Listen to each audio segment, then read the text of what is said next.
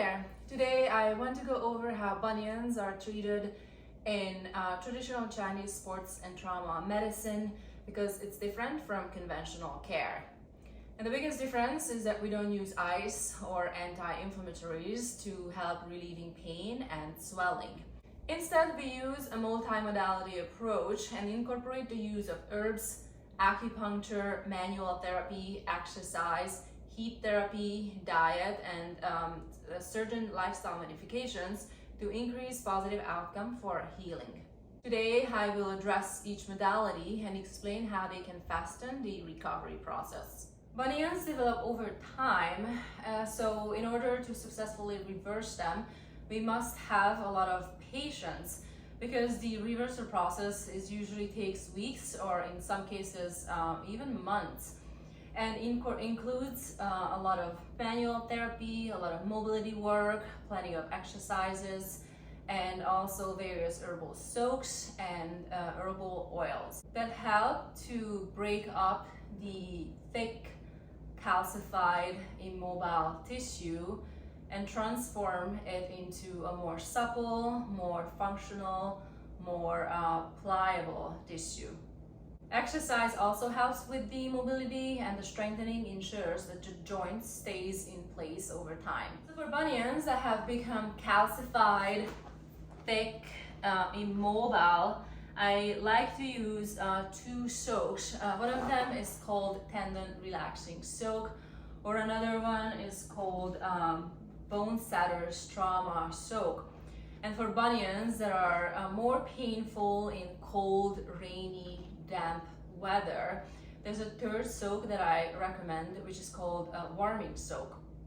Herbal soaks have been used by martial arts practitioners, by bone setters, by practitioners of Chinese medicine for over centuries, and they consider them the critical part of the injury rehab, especially in the subacute and chronic phases of the injury. Just a quick reminder, there are 3 stages for the tissue healing. It's acute, subacute, and chronic. The acute phase is characterized by a lot of pain and a lot of swelling. So in the acute stage, we would never use soaks, we would never use heat, because it would just aggravate the injury. It would cause more pain and more swelling. Heat is recommended in the subacute, heat and soaks recommended in the subacute and chronic phases of the injury, which is usually characterized by less pain, less swelling, and stiffness and immobility of the tissue, restricted range of motion. Soaks are particularly useful when there's restricted range of motion in the joint, and also the warming soaks, the warm soaks are also helpful, that the heat also penetrates deep into the tissue and helps to break up the calcification, helps to relieve stiffness and improve circulation to the area. I suggest using the soak prior to manual therapy and then follow up with exercise. So the routine that I like to follow for bunion rehab is soaking the joint, mobilizing the joint, manual therapy, and then exercise. The way to make the soak is that there is a bag of herbs in this box. You put that into a large pot, add plenty of water to it, let it shimmer for 20 minutes and then let it cool off. And then you can soak your foot in it for 15-20 minutes. And then you can reuse the same soak for 5, 6, 7 days. I suggest soaking twice a day, morning and evening, for 15-20 minutes. And then so this one round of 5, 6, 7 days constitutes one round of treatment. And I said that the bunion reversal process is a longer process, so sometimes you need to repeat this round 2 or even sometimes 3 times in order to be successful. Besides the soak, I also recommend UI oil, which is an oil infused with warming herbs. So because it's warming, again, you shouldn't use it in the acute stage but feel free to use it in the subacute and chronic phase of the injury. And a way to use it is, again, massage it into the tissue for 10, 15, sometimes 20 minutes. And so just pump the oil to the affected area. In this case, is the bunion, the first spray. And you really want to rub it into the tissue. You really want to mobilize the tissue. You really want to break up the stiffness in the foot. You want the foot to become supple. So you also want to play with the joint. You want to bring it into flexion and extension, and you want to separate the toes from each other, abduction. And you can also massage the arch of your foot. Just really rub the tissue, break up the stiffness, break up the calcification, so you will have a more functional, more supple tissue. Really, really dig in there. And I would massage, same thing, twice a day, morning and evening. So starting soaking, massaging, and then follow it up with exercise. After the soaking and the manual therapy, the next modality is the exercise. And I'm talking about exercises that also help to improve mobility in the joint. So you should be able to flex and extend your toes, spread your toes apart.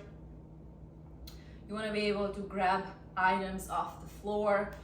Next, you want to focus on strengthening your arch. So either think of the short foot exercise, or exercise when you kind of like rubbing mud off of your toes when you are standing in grass, or I'm not sure what better visual to use here.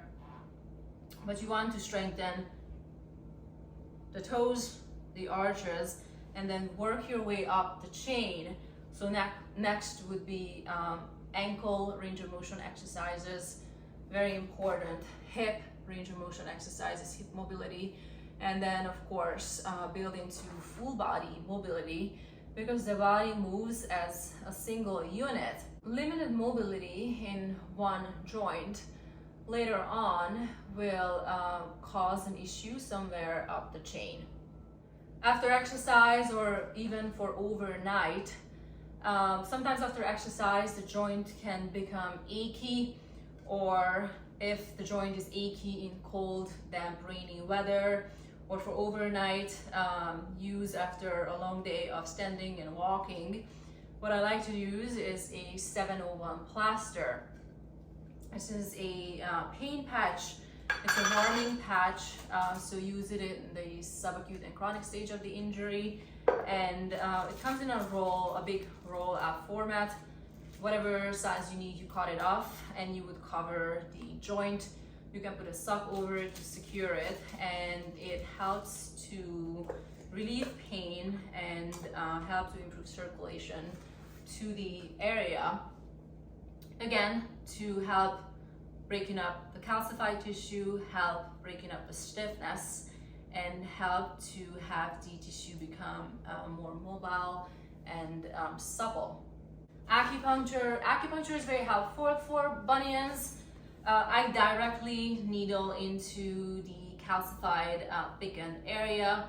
It is not the best feeling, but it's really helpful.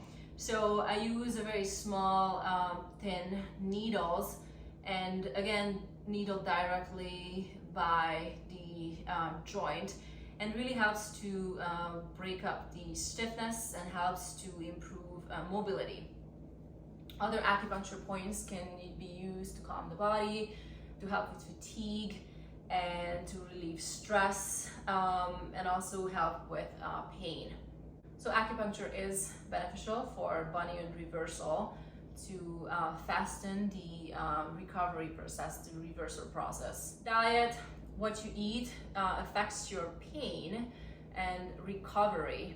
And in Chinese medicine, for someone who is injured, someone recovering from surgery or from an injury, or someone who is in a weakened state, we don't recommend consuming cold iced drinks, salads, and sandwiches. We don't recommend over consuming vegetables and fruits for someone who is recovering. Instead, we suggest warming soups, stews, think simple rice dishes with protein.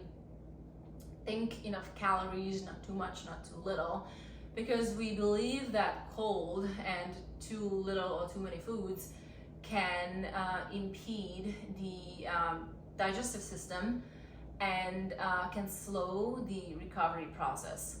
Cold foods, first the body needs to warm up the food to body temperature, so that energy could be used instead for the recovery process. Lifestyle modifications, it's a good practice to start transitioning into walking around in the apartment barefoot. Start with a couple minutes at a time and then slowly build it up to walking, not needing shoes indoors. Same thing for outside. I suggest wearing minimalist shoes that have wide toe boxes to prevent the joints to be squished together. Summing it up, bunions can be helped enormously with the help of manual therapy, mobility work, exercise, herbal soaks, and herbal oils. The recovery process is a couple weeks to a couple months, so definitely have enough patience. And the more you do these exercises, the more you do the soaking, the manual therapy, the faster your recovery process will be. Thank you.